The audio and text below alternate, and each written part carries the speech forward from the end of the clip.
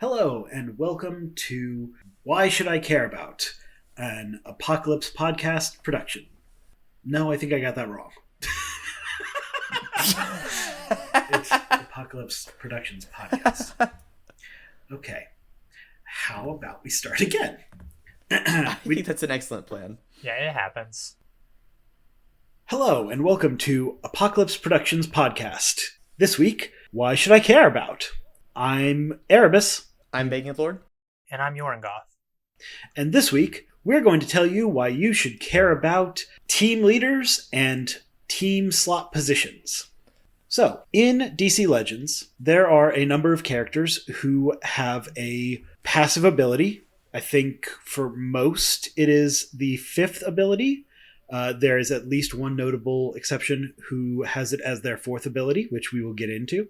And this ability means that they are categorized as a team leader. That means if they are in the team leader slot, which is the very first slot in any given team, then they have an additional effect. So why are we talking about this?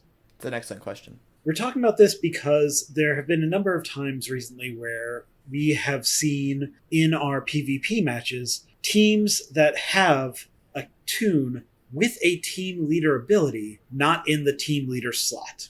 And that is a mistake that I know I at least made constantly when I was starting out in the game, and that we wanted to make sure that you, loyal listeners, did not continue to propagate. Exactly. That's a mistake that I also made pretty regularly when I first started playing. Well, now I feel like I have to say I made it, even though I don't think I did. It's okay, Bacon. You actually read abilities, unlike me, apparently. I mean, I think I know why it's a mistake that a lot of people make going into once they get to that level, they start making that mistake. Unless you have anything else you want to say before I say something like this. No, go for it. It's a bold statement. No, absolutely. I think it's because in the early game, it really doesn't matter your team placement, like early game. Like you start out, you get Hal Jordan, Zatanna, Batman, and whoever else you want to throw in there, because I think they give you a handful, as we're talking about in the other series. But two of those characters have team lead abilities, and neither of them are active until you get them to a certain rank. So at the beginning, you kind of just throw in your top four most powerful in whatever order they kind of lay out. And once you get to the mid game, you forget that that's not something you have to think about, because it really isn't something that you have access to or can utilize until late early game or early mid game. That's a very astute assessment, yeah. Not only that, but the first two toons that you get, Hal and Zatanna, both have team lead abilities. And if you only have a limited number of toons, you're probably not going to be switching up their positions that often. So if you slotted them in as either of them in as your first toon early on in your playing, you'll just automatically get their team lead ability once you've unlocked it. So it's one of those things that the game doesn't necessarily train you very well to be on the lookout for. That's a pretty good assessment there, because the tutorial kind of stops once they explain, here are your abilities. Okay, bye. Good luck. Figure it out. Yeah. And that's why we're here. Yes. To continue the tutorial. Yes. Your extended tutorial to DCL. That is not the branding that we thought we would use, but here we are. We'll take it. The unofficial extended tutorial. I think we have to legally say that. Fair. One thing I did want to mention is there are two ways to set up a team. The first is from the very main menu, the hub world, where you can click on upgrade events, campaign, all of that. There's the three buttons in the middle, the shop, the heroes, and teams. You can set teams there, but more likely than not, the place that you're going to be adjusting teams more often is the screen right before you start any battle, whether it be a campaign battle, a PvP battle, red alerts, any of those. And from that page, the page before you enter a battle, there is an important button that I would like to draw your attention to. And it is directly underneath your first and fourth slot. And it's a little crown symbol. That symbol, if you click on it, will actually tell you what team leader bonus you are getting for your team. And if you click it and you have no team leader, it will tell you that there is no team leader bonus. Actually, if you click it and there is no toon at all in there, it will say no team leader. Add a team leader for a powerful leader bonus. And if you add a toon that is not a team leader, it will just say no team leader bonus. Try different team leaders to discover powerful bonuses. So it's a good way to always check and see what your team leader is giving you. I'll also mention that in the PvP screen, you will also see a similar crown underneath the opposing team. If you're looking at them, I'm sorry, that's wrong. You are very wrong here. I'm not very wrong. Well, I'm wrong enough. While you're on the PvP screen, if you're looking at the enemy team, there is an eye icon, the letter I, to the right of the enemy team. And if you click on that, it will show the team leader bonus that your opposing team will be getting. Just a quick and easy way to try and learn a little bit more about the team lead tunes that you may not have yet, and to see what you need to prepare for going into battle. Exactly. All right. So there is one tune in particular that we wanted to highlight as a team leader, and I'm going to pass that over to Bacon. You look up one thing and suddenly you're the person who has to talk about it. Yes, so there is one team leader in particular that he's extremely useful in the first place, but he's also the first leader that you can technically unlock their team lead ability at the lowest cost, and that is Survival Suit Lex Luthor, or for those who don't know their full names, the Green Lex Luthor, the Energy Affinity Lex Luthor. His team lead slot unlocks at 4-star, at R4, as opposed to every other team lead in the game that we can find, which unlocks at R5. Did I say R for both of them?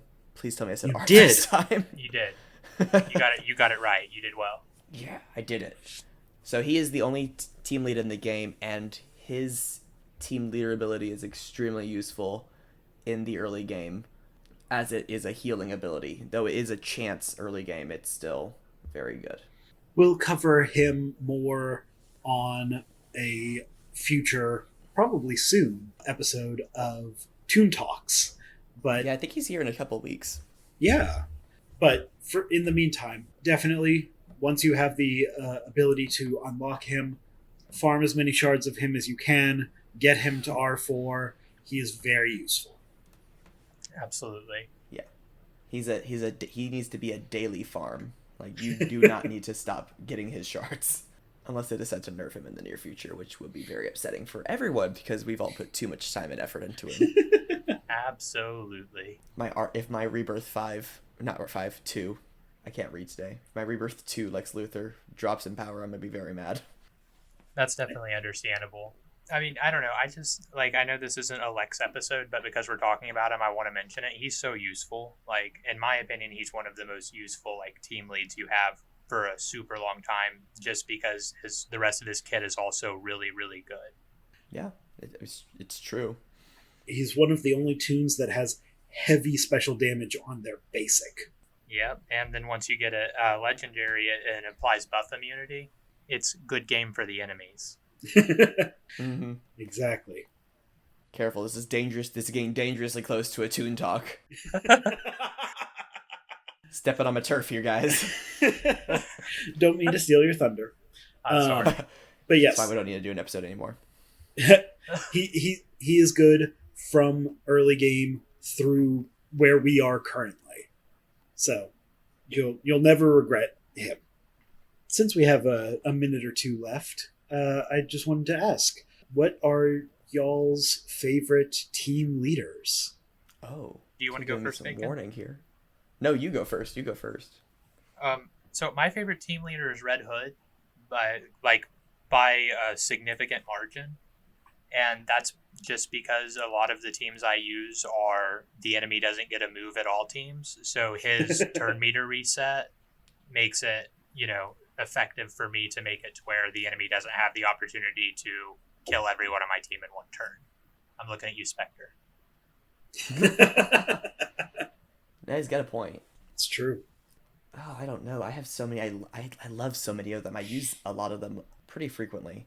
I think my favorite's gonna be Nightwing, especially after his rework. Well, especially after his rework when he wasn't working and he was just all powerful and you couldn't touch him. That was the best time. But When he was Spectre tier. when he was past Spectre tier. He was literally untouchable. Like that was a good month. And then they realized their mistake and tweaked it so it worked properly.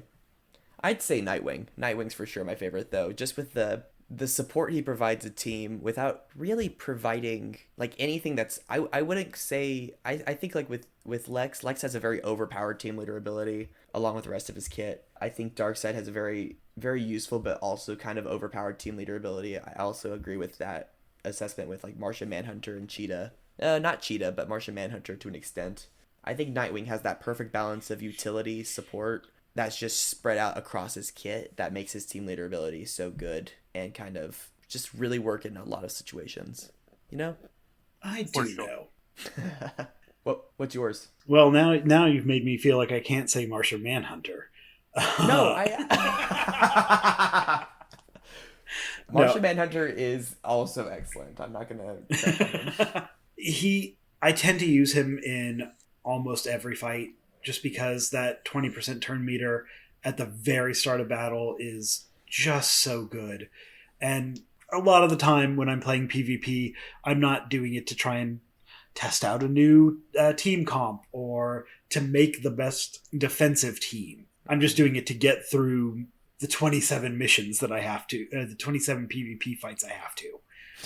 just get through your daily dose. Exactly. So he really helps with that. And I mean, of course, there's the really cheap current combo of Martian Manhunter, Black Flash, Talon, and Dr. Poison. And you can just clear wave after wave after wave. But if I'm actually trying to have, some extra fun and try out a new team, then I'll usually go for Aquaman.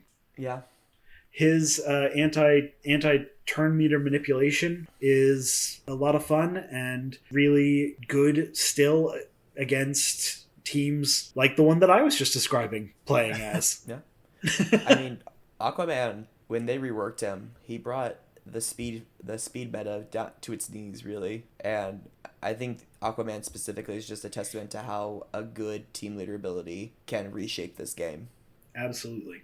I will say, for a long time there, I was definitely with Jorngoth. Red Hood was my jam. I was all about those bleeds, and he is the king of bleeds. Oh yeah, he was also part of my team when I was doing the bleed thing real heavy. I think that's Yes. how he got on my team because I was using him before I got like Black Flash or anyone like that. Well, he's pre-Black Flash. He was the original turn meter down, turn meter reset, I guess, really. Yeah. I think it's not supposed to technically work that way, but it does. So. Well, and he's a pretty good counter to Nightwing. Oh, yeah. Stealing those buffs and resetting turn meter. Trick is you gotta kill someone, though. True, but I think I've seen those awarenesses fall off of Nightwing pretty quick on Red Hood's basic, even when he's missing. Which Oh, yeah, because it's an always on that. it is. That's a different. Yeah. So Yeah. that works out pretty well. Well, and I'm thinking back now because I've thought about how Aquaman reshaped the game. Most of these really good team leaders have reshaped the meta every time. Because you remember we talked about I think it was a Toon Talk we were talking about it on. I don't know why we would talk about it, but the Darkseid Lobo combo that was definitive of PvP for a while. Or Darkseid, at least you'll know what I'm talking about. Darkseid and Lobo. Do you mean Deathstroke. Deathstroke. Deathstroke Lobo. Oh yes. Why am I allowed to talk? I shouldn't be allowed to talk. Well, it's a podcast, so if you didn't, that would be tough. Yeah, that's fair. Well, Deathstroke Lobo, that meta was because of Deathstroke's team leader ability after his rework. When Martian Manhunter got reworked, he redefined the meta with it became about that turn meter boost, and you couldn't get that without at least an R5 level 70 Martian Manhunter. Then Lex was reworked, and he redid the meta. Darkseid's introduction completely shifted the balance of the meta, as well as Black Flash. Aquaman completely brought Black Flash to its knees. So these team leaders keep coming in and they really do have the power to reshape the meta. Cheetah Superman. Cheetah brought Martian Manhunter's meta down to its knees too. Especially when paired with Shiva. Oh, well, yeah, and Shiva just kind of said to hell with the turn meter meta. And let's not forget the recent rework of Superman. Yeah. See, I haven't seen that reshape the meta, but it is annoying. for a good little while there, I mean, he was on every team and just punching his way through the entirety of my roster. That's true. I'm not bitter, I swear. You're clearly not bitter at all. But yeah, these team leader abilities really do make or break the game. Yeah. Absolutely. So there you have it, fine listeners. The important point of this entire talk, please put your leaders in the team leader position. Or I will take the trophies and I will not say sorry. Right. Or at least have a leader in the team leader position. Like, you can have leaders elsewhere on your team also, but at least have one of them in the leader position. Exactly. And with that, I think we bring this episode to a close. We hope that now you care about team leaders and team leader positioning. As always, you can find us online in a bunch of different places. You can find us at apokolipspod.com. That is where we will have the links to our Discord, which does not have a URL that can be spoken aloud. But it will be in the link of this video. It will be in the link of this video or this podcast description. Links to listen in all sorts of different locations. And as always, we try and keep a link to DCL Toolkit because it is a wonderful resource. Thank you all for listening and have a great day. Bye-bye.